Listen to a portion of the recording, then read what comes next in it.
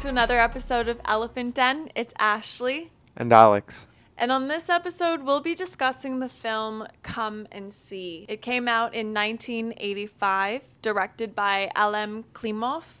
He wrote the screenplay together with Ales Adamovich. It stars Alexei Kravchenko, who plays the role Fiora, and we have Olga Mironova, who plays the role Glasha. Those are the two main characters in the film. Alex will give you a brief synopsis of the film. In Come and See, we are dropped into 1943, Nazi-occupied Belarusia.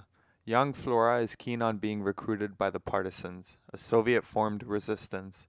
Against all warning, he digs up a rifle.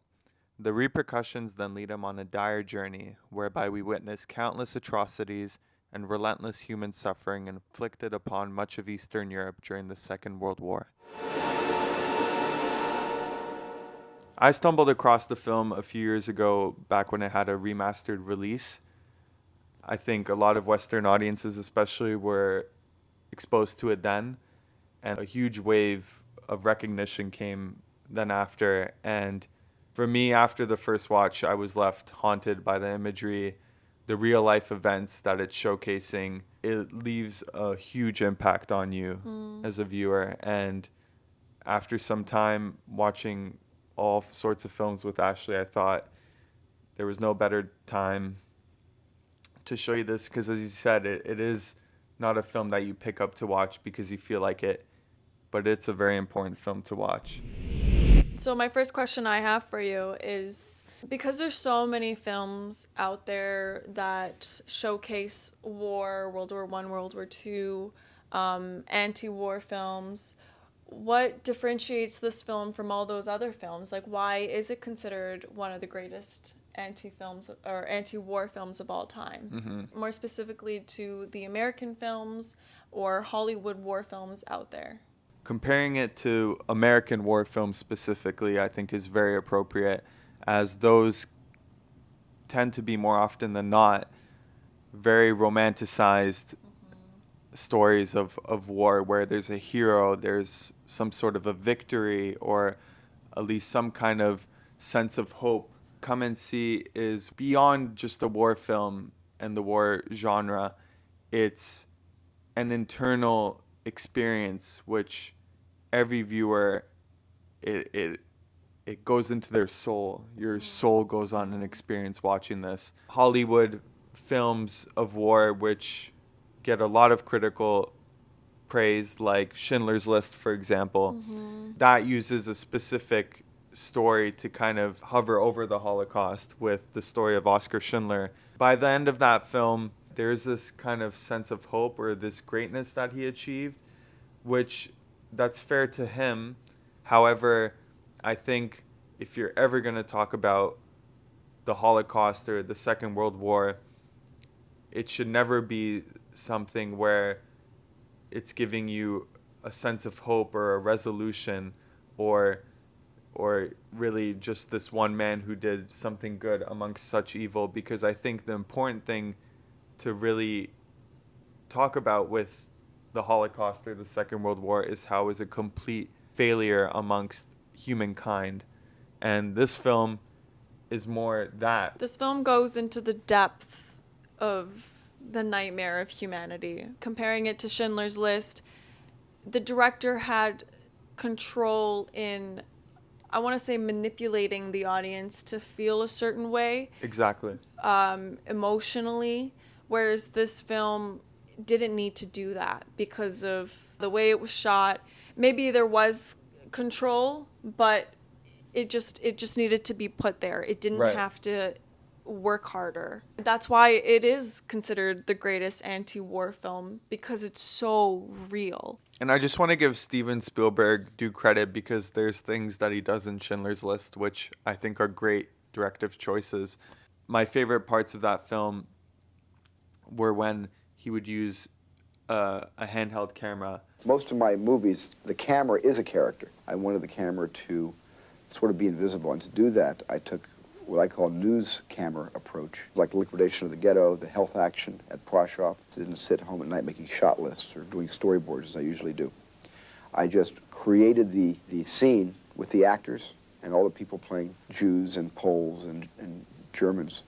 And then I would just wander into the scene like I was an eavesdropper with the camera. Another really important thing to mention about this film, Come and See, which gives it its authenticity and why it makes it stand out from other films, is you have the co-writer Alice Adamovich, who was a part of the Partisans as a young boy, and much of his experience and what he took away from that experience is reflected in this film and the story, and that's shown through the main character Flora. So knowing that this has that kind of level of authenticity and personal story, Right.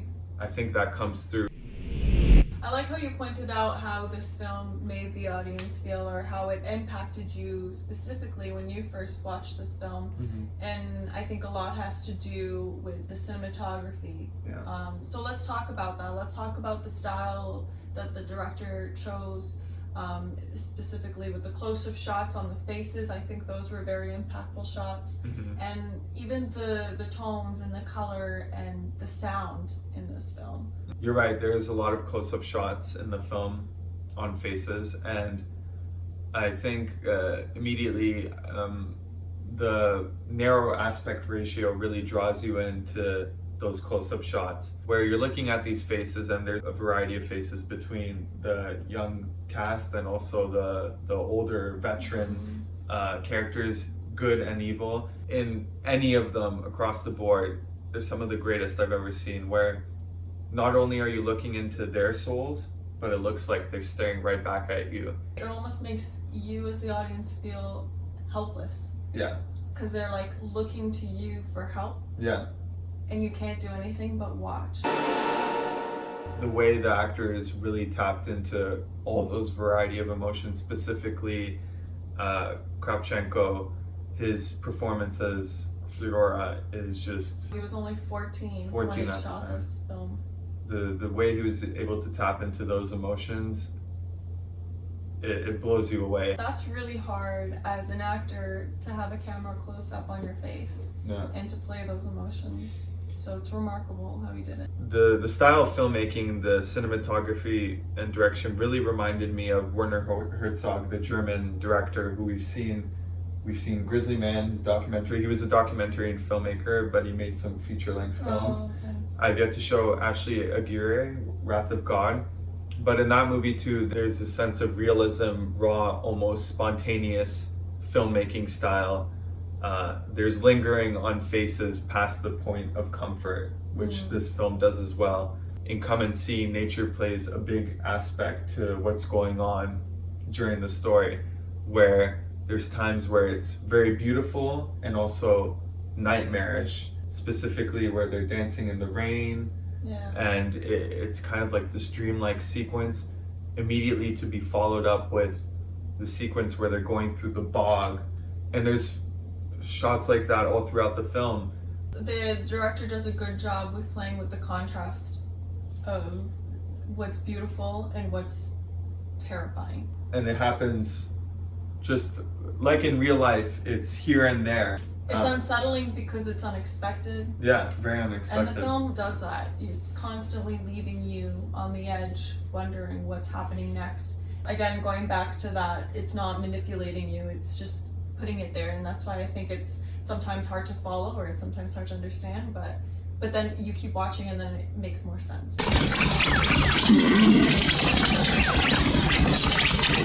You mentioned the sound design in the film, so well utilized throughout.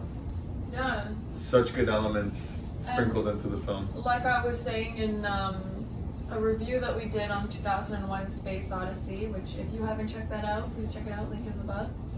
I talk about how the sound design in that film uses a lot of silence and natural sounds, and this film does that as well. It utilizes that, and it does a really good job because it really makes you feel like you're there with Fiora in those moments, and that silence almost allows you to hear your own heartbeat almost, you know what I mean? So after talking about this film, it doesn't sound like a film that people are going to want to pick up because it's so dark, it's heavy, and it's not a feel-good film. Why do you think it is important to watch, and why would you recommend it for people to pick it up and watch it? Yeah, it may not be as accessible to a majority audience like other films we've seen in the past that deal in a similar subject matter. The film does not comfort you by the end. There's no cathartic ending.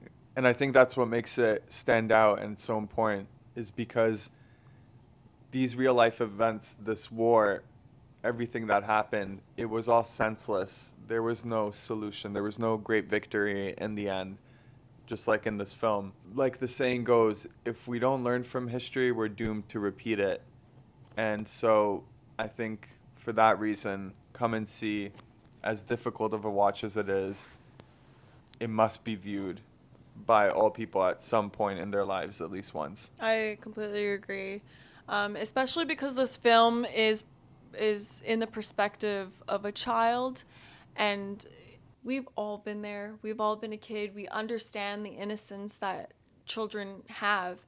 And so then to see this boy's innocence being stripped away so quickly by the horrific events that are happening in the film, it's very introspective. And I think for that reason, it really sticks with you, you know? Yeah. And for that reason, it's very important, I think, that a young audience watches this film, particularly here in America, where we haven't seen a war of this magnitude. Yes, these world wars aren't that far away in time, but they're far away enough to where it needs to be reminded again, especially for a young our audience. generation have never seen that, right? We Right. don't know what it's like to have lived through that. Exactly. Even if our generation hasn't lived war, I would say this film is the closest thing to being able to see that. Yes. It's a piece of art, yet the way it approaches it, it almost becomes what you imagine as could be as close as possible as to a relic of what happened then and there. Thank you so much for watching. As always, we appreciate your views and your likes. If you've been enjoying this video, please click on the subscribe button down below, and be sure to click on the bell for notifications. If you have something to say something. We'd love to hear from you. And for updates and more, please follow us on Instagram. We have an Instagram account called @Ashli and Alex. We also have Letterboxd, which is where we document all of our films that we've watched. So be sure to check out the app. It's really fun. It's non-sponsored. And that's all we got. So thank you so much. Thank you. You're awesome.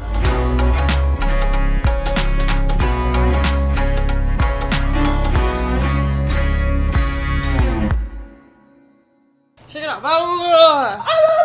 Schindler's List. I want to give all due. Sorry. Yeah, I know. Schindler's List.